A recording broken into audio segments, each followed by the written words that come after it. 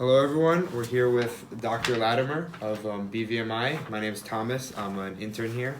And we're going to be talking about New Year's resolutions because 2020 is coming up in the next couple of weeks.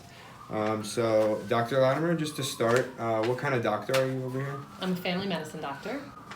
What made you choose that field, and can you elaborate a little bit on what it is? Sure. So family medicine is a specialty where we see people of all ages. So you're trained in pediatrics, internal medicine, women's health, and ideally see entire families as opposed to just adults in that family or kids in that family. And I chose it for that reason. I like the breadth of knowledge that it allowed me to get. So getting into like the resolutions, a lot of people for the resolutions want to exercise, diet. However, as many people may know, roughly 80% of people fail to follow through with their resolutions throughout the year. So do you have any overall tips to stay on track with resolutions, specifically with healthy eating habits? Sure. First, I would say pick a resolution that makes sense for you.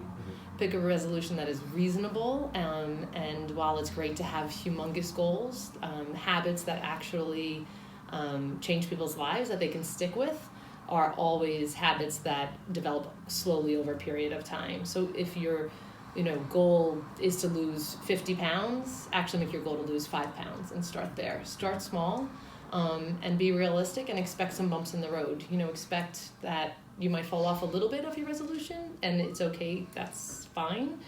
Just take the steps to get back on.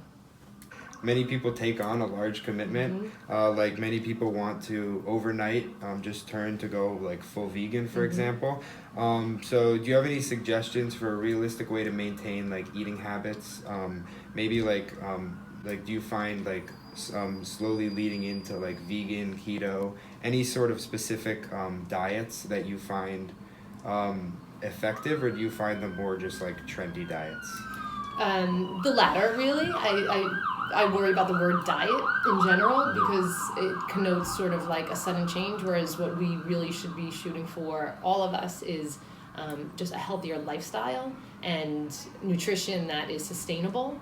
And the word diet sort of implies that it's work and it's going to be hard, and you're gonna have to sort of stress about it and change your whole life about it, and it might cost more or affect your social life because you can go out to dinner, and so that kind of puts this fear into people. So often when these trendy diets like a paleo or an Atkins or something like that, people can do for a short period of time, but they can't sustain them. So I think first, don't look at something as a diet. Look at something as an overall wellness plan, and look at what you eat, not what I eat this week, but the way I want to change the way I eat, for a long period of time. In accompaniment to new eating habits, what else do you think people should be doing rather than just diets or this new lifestyle? I think we live in an extremely stressful world, and I think a lot of the reasons we eat poorly is because our stress levels are so high. If people could become more mindful about stress reduction, their eating habits might naturally improve. People tend to eat a lot of sugar, drink a lot of caffeine, try to increase their alcohol intake, all to offset stress levels. It doesn't work. It actually ends up making people feel more stressed and more concerned about their weight and their health and everything else, so it kind of snowballs. So if you kind of address what's causing people to overeat, eat things that are bad for them in the first place, that would be so much more effective. I'd rather see everybody take an approach that 2020 is going to be my year of stressing less and being more mindful and being more in the present moment, and I think the rest of it would follow. What do you think is one piece of advice that you would want people to take away from you? I would want people to focus on their overall health and not pick one specific thing. I'd like to see people just say, I want to feel better, and it not be about the number on the scale or the way their clothes fit. I feel like that would come if we could all just feel better. So whatever it takes to sleep better, enjoy your life more, those are the steps that people should be taking. All right. Thank you so much for coming. You're welcome. Thanks for having me. Good luck to everyone on their resolutions in 2020.